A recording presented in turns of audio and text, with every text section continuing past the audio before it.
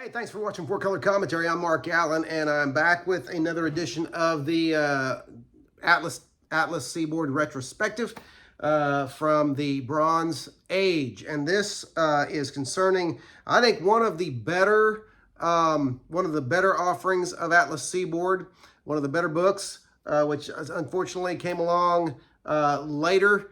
One of the latest books released, and it was only one issue again.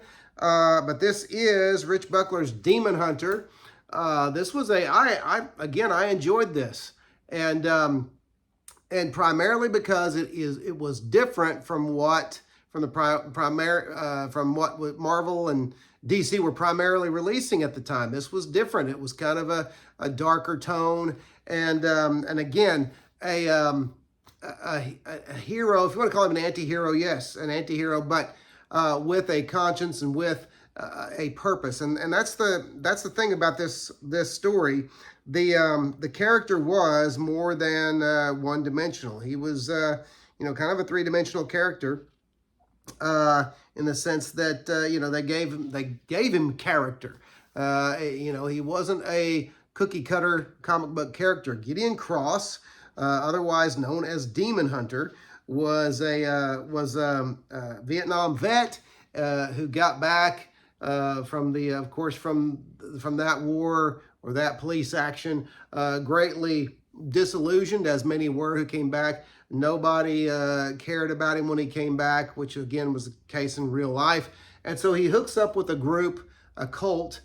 He calls them himself a cult, but that feels like it gives him a purpose of ridding evil people from the world, from the earth. I won't give away too much here, but he is a man who wants to do something worthwhile, wants to do something good, if he has been, though he has been in some dark places, okay? And so this is Rich Buckler's baby. It's Rich Buckler concept, plot, and art, with David Anthony Kraft writing the script, Shelley Lefferman lettering, and Larry Lieber editor. And give you an opening splash page there, okay, of Demon Hunter, Rich Buckler's character, which he later took to Marvel, and who became Devil Slayer, a Deathlock-related character, and then to his own creation, his own independently released magazine, Galaxia #1, which I have shown on this channel before. There, the character was called Bloodwing, but he used the same name, Gideon Cross, okay, for that character in Galaxia #1. So I'm going to I have to kind of assume that, that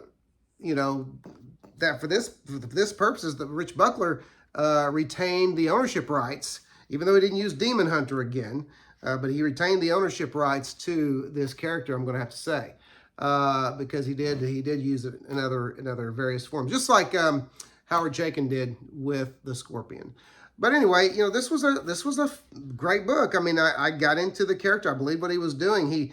I believed what he was doing. Didn't believe in what he was doing, but I believed that he really saw at first the value of what he was doing in this story. He is a telepath, and so he hides his true appearance oftentimes from those around him.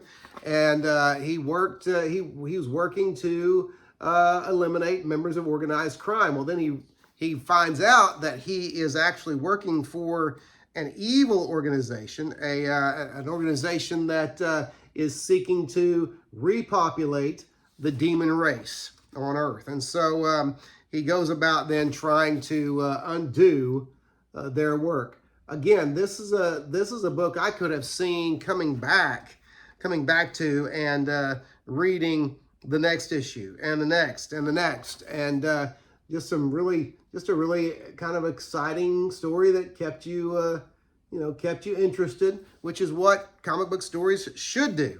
Of course, Rich Buckler, well known in the comic book industry, well-respected artist, who by this time, by the time he did this book at Atlas Seaboard, he had already done work for Marvel, for DC. I believe as this was published in '75, this was I don't remember now where he first got to do pencils on Fantastic Four, but it was close to this. Either he did it right before this book or he actually soon after, because I believe it was 75, 76, somewhere in there. So at the very least, he got work with Marvel soon after doing this work with Atlas Seaboard. So interesting stuff there. And again, just a really a good example of some of the better stuff that that Atlas Seaboard turned out. Just, I guess, I don't want to say too little too late.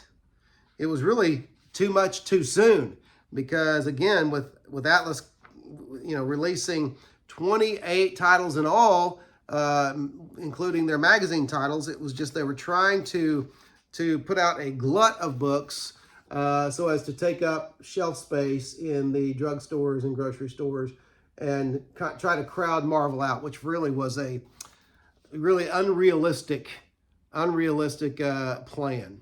Okay, so anyway, Demon Hunter, it's great. Again, this is one of the more, also I perceive that this is one of the more popular books from the Atlas Seaboard collection, we'll call it that.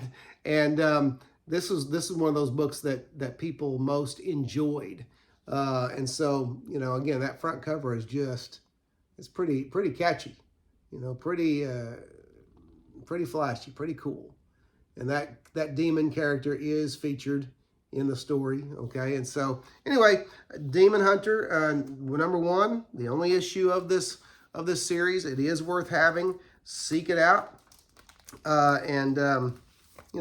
let's give these Atlas Seaboard comics some love, because again, I keep being surprised by some of what I read. Now, there's no rhyme or reason to what I'm picking up and reading and then bringing to you. So I fully expect to be giving some, to be reporting on some stinkers, before all is said and done here. But anyway, Demon Hunter, Atlas Seaboard, 1975. Good stuff here.